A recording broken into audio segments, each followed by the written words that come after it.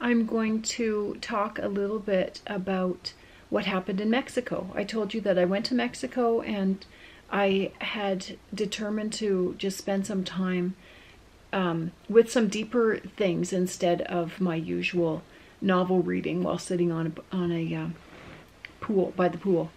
So I was very blessed during that time, and I just wanted to share with you about it because I actually have in my Bible, I should have told you this at the beginning, in the back of my Bible, I have these cards. It's because they asked me to speak when I was at camp and just kind of share my testimony a little bit. And I feel like the thing I want to share the most is that there is a God who loves you, who speaks to you. And these cards, it's hard to see, but there's like 30 of them. These are answers that I've had to prayer over my lifetime, just the ones that have come to mind. And some of them I've written a couple things because, oh yeah, I forgot about that. Oh yeah, that was crazy. So I will maybe share a little bit more about those. But when I was in Mexico, another one of those cards came, just something to share on what God was speaking or doing. So I wanted to tell you about it because there's a reason that I want to dig deeper into prayer. And that's because I love what God does when I do. But sometimes it's a little crazy. It's a little scary for me. It's way out of my comfort zone.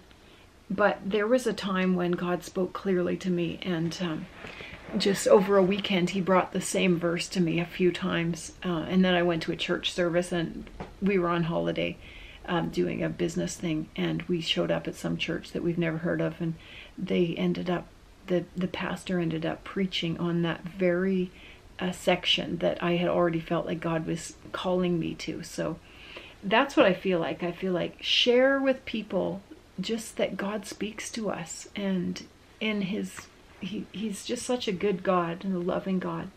So when I was in Mexico, the people there were wonderful. The people at this little resort that we went to, and we'd been there before, and every time I am there, I just feel like, oh, I should do more for these people.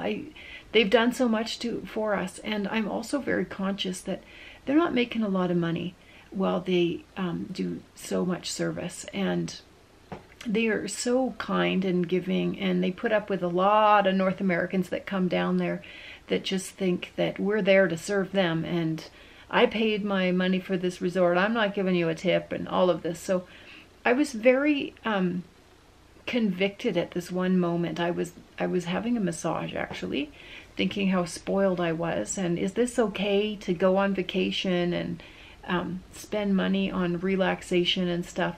And as I was having this massage, I felt like, share with them, share a blog post with them, right? Do a video blog. And I just started my blog. I know it, yeah, I've hardly done anything with it, but we're getting there. But I felt like I just had this idea. So I'm laying there being massaged, and my head is down on that little donut thing, and I'm just thinking, yeah, I want to share with them how God has provided for us, because my husband is an artist, and there's lots of times where we haven't known where the next money is coming from, and God has provided in really neat ways. And okay, yeah, I should do this little video, and then I could have it translated, and I could post it on my website, and that would hopefully lead them to a God who, not just somebody who you go to in the big Roman Catholic churches on Easter and Christmas, which is very traditional down in Mexico, but you can actually bring him into your life and allow him to have all of you and have access to you. And I just wanted, I wanted to share with them. And so I'm laying in bed that night and I'm thinking, oh, okay, you know what? I should just do it. I should make a little video. So my kids were asleep. The boys sleep in one room and the girls sleep in the other because there's so many of us. So I sneak into the bathroom and I record this message. And I don't know if it's that good of a message, but it was just on my heart. And so I recorded it, and then the next day I think, oh, that's kind of weird. Like, just recording a message, and then what am I going to do? Like, go to my blog site. I'm going to put a message on it later. And so I was thinking, okay, well, I do want to share with these people. I have an amazing story to share with them, message to share with them, that although they are working very hard and not earning a whole lot of money, there is a God who will provide for them all that they need. And so many times with people, rich people, poor people, middle class people, so many times if they don't have the Lord, they're seeking after so many other things. And when we do have the Lord, He just gives us joy, so that we don't need to be spending lots of money trying to find something to satisfy us, but we are satisfied with Him, and He just provides for what we need, and He blesses. It's not that I believe in this health and wealth prosperity gospel, because sometimes I believe that God's greatest gift is to give us a lack of finances. I've experienced lots of ups and downs being married to an artist and having 5 kids. So I recorded the message, then I got all insecure the next day, and I kind of mulled it over and I prayed about it, and I'm like, oh Lord, is it okay if I don't, what if I just don't share it? That's weird. Why can't I just be a normal person at the resort? And so I mulled it over for a day or two, and then the next morning I got really serious about it. I'm like, okay, I'm going to just spend time in my prayer time. I'm going to do this meditation that I've just been trying to do, and it was new. I hadn't really known how to meditate on the Word at all before that. And so I quickly turn to something, and I look for the purple because that's about God. And so this is what I was on that time. The Spirit of the Lord is upon me, because He has anointed me to preach the gospel to the poor. He has sent me to heal the brokenhearted, to proclaim liberty to the captives, and recover the sight of the blind, to set at liberty those who are oppressed, and proclaim the acceptable year of the Lord. And I wasn't meditating on that whole section. I think I was just in the first sort of, the Spirit of the Lord is upon me because He has anointed me to preach the gospel to the poor, and heal the brokenhearted, and then set at liberty. So that was the first thing. That was the first step where I prayed about it, and I kind of asked for an out. Like, can you just tell me that that's a weird idea and it's not really of you, and everybody's going to think I'm weird?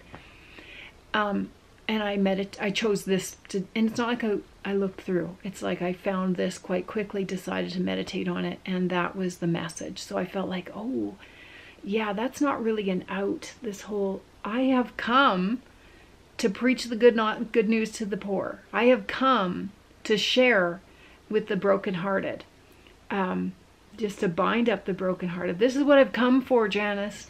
And so I didn't really sense that God was saying, yeah, you're right, it's weird, don't share with these people. So I said, okay, Lord, can you just give me a bit more confirmation? Because before I go looking really weird and like, I didn't even really have a plan, I'm going to share the idea with my husband. And I had gotten up early and gone down to the beach that day. Didn't always do my devotion in the bathroom. I went down to the beach, and it was early morning, and I look over after my prayer and meditation time is over, and there's my husband. He's gotten up early also. And I see him, and I go over and I talk to him, and I just said, hey, I had this idea. I want you to tell me what you think of it. And he will always tell me what he thinks of my ideas. He does not really get concerned about hurting my feelings too much. I mean, he says it as nicely as he can, but he's a big believer in speaking the truth. And the love part, yeah, speak the truth with love. He does his best with the love part, but he's really good at speaking the truth. So I can actually ask him what he thinks of an outfit, and he'll really tell me. So I knew, and I also knew that he's not really big on just go out there and cold call, preach the gospel. Like he's more come alongside and get to know people, sort of thing. So I tell him this idea that I've had about making this blog post, and like how I wanted to share it with the Mexicans and then get it translated. And he says to me, get on with it. And I'm like, what? What do you mean? He's like, yeah, I think it's a great idea. Now do it. Just stop thinking about it. Stop worrying about it. Just go ahead and do it. So I'm like, oh, that's pretty clear.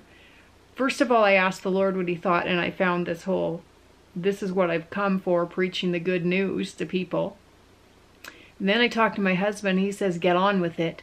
Oh, so my husband also said to me, he said, okay, so here's what you need to do. You need to get a couple of sentences and translate it into Spanish, and just have a little card that you give to people, because that's what I was telling him I was going to do. Get a little card and write down, hey, thanks for your service. I want to have a video for you that's going to be in Spanish. Please go to this website to watch it. And so he said to me, okay, the thing is about your little card, you need to do it in Spanish. Even though they speak a lot of English here, do it in Spanish. And I agreed with him. So the day goes on. We have breakfast. And then I'm thinking about this whole thing. And I kind of I wrote down an idea. And everybody's down at the pool. And I have to go up. I kept forgetting stuff because I'm like, oh, the Lord is asking me to do this thing. And it's kind of hard. And it might be embarrassing. And they're going to think I'm weird. And all the insecurity. And I go up to my room because I've forgotten something, and I kind of said this prayer. I'm like, okay, Lord, I know that you're asking me to do this. I know that you're asking me to share this, but could you give me one more piece of confirmation? It would be kind of good if I ran into somebody that would translate it, that somebody that we've met over the last week that can translate it for me. Actually, that guy, Raul, he would be a good person to translate it for me, because he's just been really kind to our family, and he'll sit down and like, hey, what are you guys playing? And talk to us and stuff. So I feel comfortable enough with Raul to say, hey, can you translate this into Spanish for me? So I'm sort of praying, like, it would be kind of good if I ran into someone, maybe Raul, that could translate it. Maybe it would be great if it happened before I get to the pool. Like it's a little 2-minute walk or something from my hotel room to the pool. It'd be kind of good if I ran into someone in between here and there. That would be great confirmation, but I don't need it. I believe already that you've asked me to do this. I believe when you spoke to me this morning in my meditation passage that, yeah, you want me to go ahead and do this, and I'm going to out of obedience. So I don't have to have any more confirmation. I don't have to run into anybody, although it would be nice sometime. It doesn't have to be before the pool. It doesn't have to be at all. I still am going to go ahead with this, but it would be kind of cool. So, but I'm still giving God an out, to be honest. I'm like, I don't want to say, if you provide this person in the next 2 minutes to run into me out of all the people at the resort, then I'll do it. Because, like, what if he doesn't? Well, it's tough when you kind of put God into a corner, because he's not the vending machine in the sky. It's not like put in your quarter and you get your prayer answered. Like, this is a holy God. But I still kind of prayed the prayer, but I still gave God this big out. Anyway, I don't know what I think about all of that. Just, I'm a person, and sometimes I do stuff like that. And so I walk down to the pool, and there's this long stretch, and it's like overhanging with trees, and it's this long walkway, and I can see the pool in the distance. And it's literally like a minute after I've prayed this prayer. Who do I see walking towards me all by himself? Yeah, Raul. I see Raul walking towards me. Not only that, but he has cigarettes in his hand, which makes me think he's probably on a break. And he sees me and is like, oh, hi, Jess, how are you doing? I'm like, hey, good, Raul. I'm kind of silently half freaking out and half super excited. I'm like, hey, do you mind translating this for me? Oh, sure. I'm just on a break. And yeah, no, I'll do that for you. And he sits down and translates it for me, and there you go. So I went ahead and did it. I was so, I can't even tell you what that feels like to just be like, wow. I knew the Lord was speaking to me, and I still felt insecure about sharing my little pieces of paper that said, hey, go to my blog, I have a story that I'm recording for you. I felt insecure, but that doesn't mean that I wasn't led to do it. And I was very encouraged that day because my 17-year-old came, and I was talking about to the family about it. And he came and he just said, you know, my friend's dad said that when you are being led to preach the gospel, share about the Lord, you should feel kind of insecure about it. He said, if you feel super secure and you're really confident, you may not be actually being led by the Spirit. That might just be your flesh. Because he said, the flesh doesn't want you to share the gospel. The flesh is at war with the Spirit. The Spirit is at war with the flesh. They're enmeshed in a battle that never will be done till the day that we are home. I think that was DeGarmo Key. The flesh never wants us to share. And so whenever we are about to share and we're being led, the flesh feels uncomfortable and is screaming, no, don't do it. Be comfortable. Be like everybody else. So sometimes you can tell that you are being led simply because your flesh is uncomfortable. But again, you can't go on feeling. I just was very encouraged with that. So I hope that encourages you also. So later that night, I was so excited about God just using me, like stupid me, who fights it and questions it, and then God like confirms it, and then I still question, and then he confirms it, and then I'm like still kind of questioning, and then he confirms it again. He is gracious to foolish girls like me. So later that night, I actually was walking down at the marina, and this lady tried to sell me something, and I wasn't going to, and then anyway, I said to Nathan, I'm going back. I'm going to buy what she's trying to sell me, and I am going to preach to her. And so I'm going to tell her about Jesus. And because I was so pumped, and this is not my character. There's also this funny thing that happened where I got locked in the bathroom right then before that, and I couldn't get out of the bathroom after I decided to like preach to this girl and share the gospel with her. But I was able to get out of the bathroom at this Starbucks, even though the whole coffee shop could hear me rattling the door.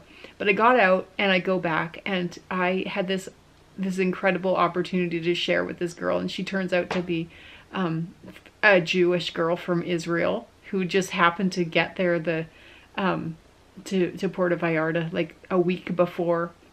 Anyway, this crazy story. So it's neat. It's just when stuff like that happens, it's so exciting to see God move. And that's why I want to share with you guys, like, get into your prayer life.